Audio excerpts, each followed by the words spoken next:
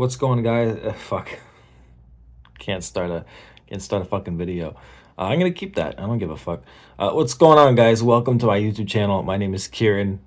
I like helping people using a spiritual perspective, and I like fucking up intros. That's also something I like doing. So I just woke up from a nap, which is probably why I couldn't speak English just there. So I do feel like as if someone threw a bag of potatoes against a brick wall.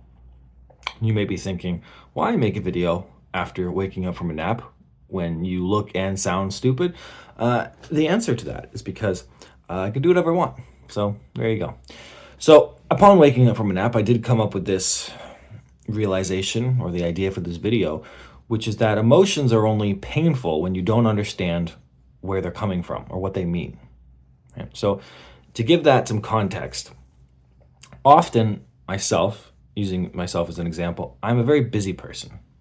I'm not as busy as other people, but certainly more busy than a lot of other people. And what I notice about myself, and what you might notice about yourself as well, is that often when you do find time to rest, emotions are present, ever present. In fact, they seem to be rearing their ugly head more than ever. And because you spent so much time being busy, or in my case, because I've spent so much time doing so many things and not paying attention to these emotions, when they do finally come up, I'm not actually aware of where they're coming from, right? And what they mean. Because when you do get so busy and you don't make time for yourself, you cannot pinpoint what emotion is what, where they're coming from, what they mean, what inspired them, and even solutions on how to deal with them that you could have previously understood and found solutions for in the past. But now in the present, weeks, months, sometimes years later, you don't really know how to deal with them, and you don't know what they mean because you spent so much time being busy. And this is, of course, precisely the reason why so many people, before they do go to sleep at nighttime, have difficulty having a good night's sleep, because all these emotions are now present. They finally rested for the day, and all this crap has now come up, and they can't stop thinking, right? And a loop and a loop and a loop and a loop, and so on and so on. And I'm sure that you can resonate with that you understand this sort of example that I'm giving you, right? So when emotions do come up and this difficulty does present itself, a lot of us shy away from it, because the pain of not knowing where they come from is rather stupefying. It's actually kind of ridiculous how many emotions we can feel without knowing precisely where they're coming from, and to know what they mean in relation to us, right?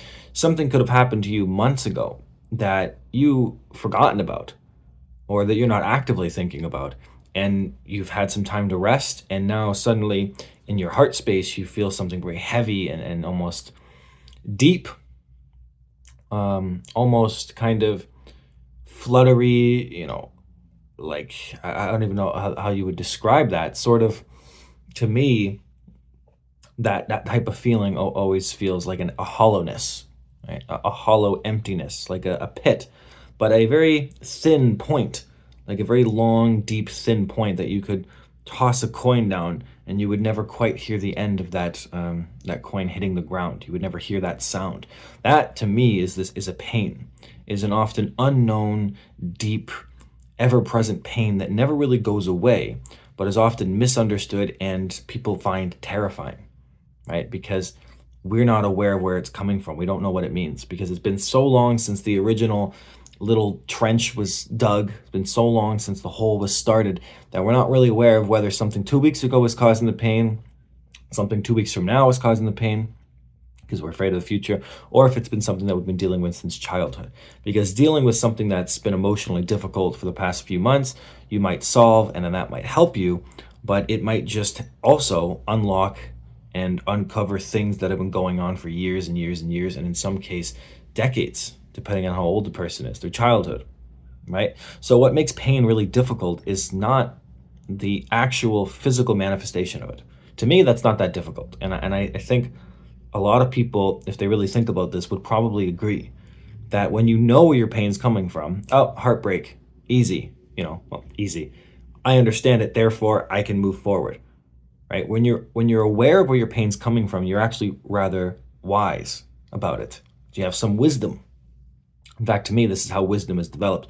Wisdom is taking pain, understanding it, and choosing to move forward. It grows you as a person, makes you a better person, I think, typically.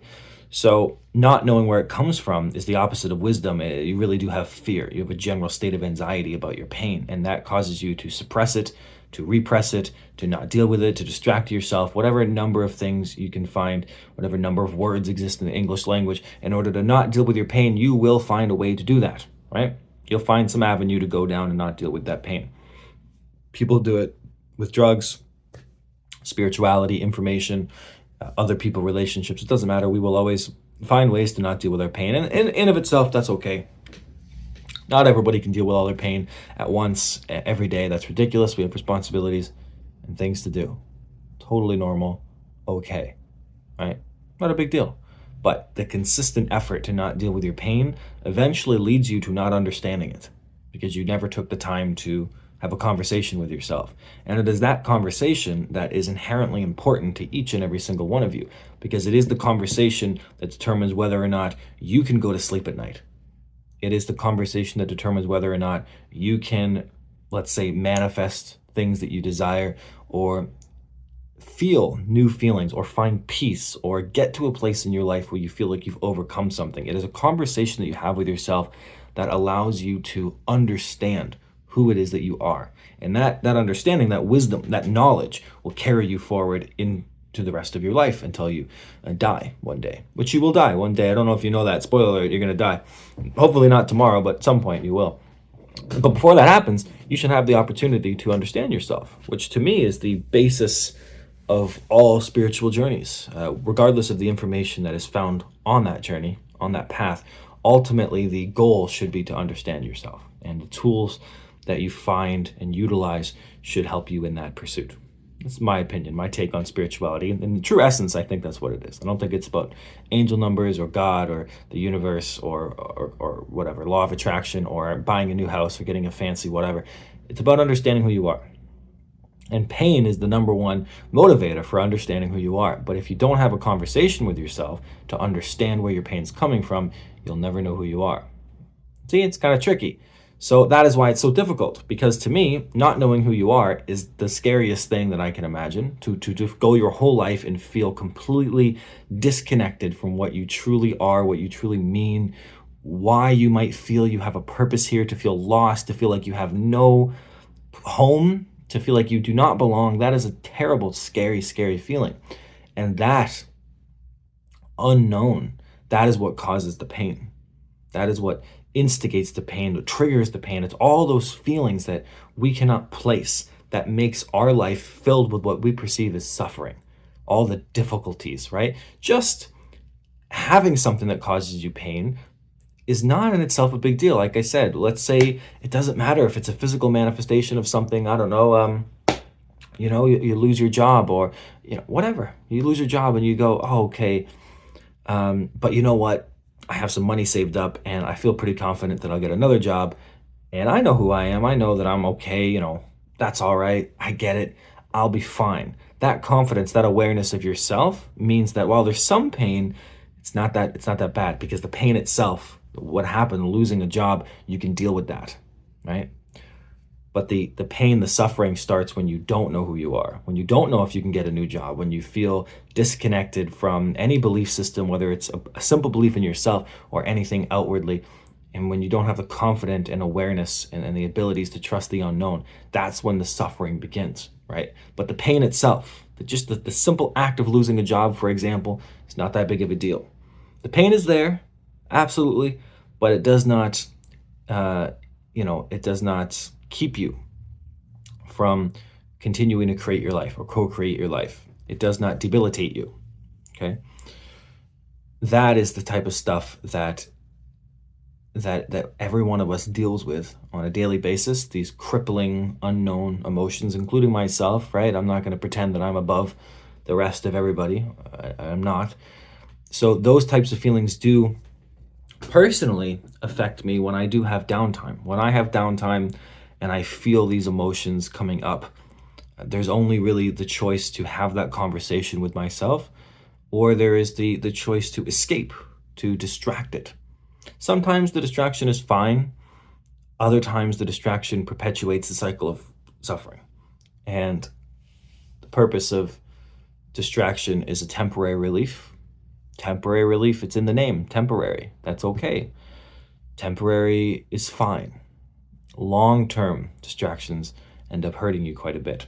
So in order to deal with this pain, we all need to have conversations with ourselves.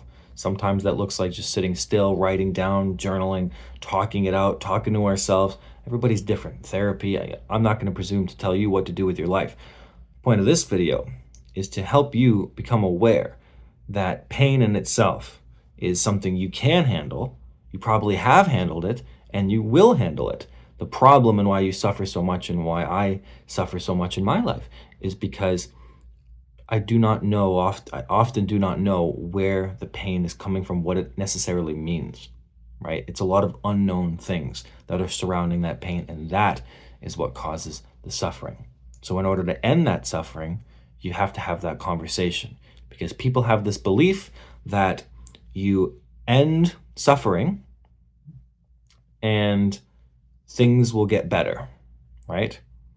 Right? There is this belief that if you end your suffering, things will get better, and that is true. You have to end that suffering. It's not gonna, things get better and then your suffering ends. That's incorrect. You have to end your suffering, then things will get better. And the only way to end that suffering is to have that conversation.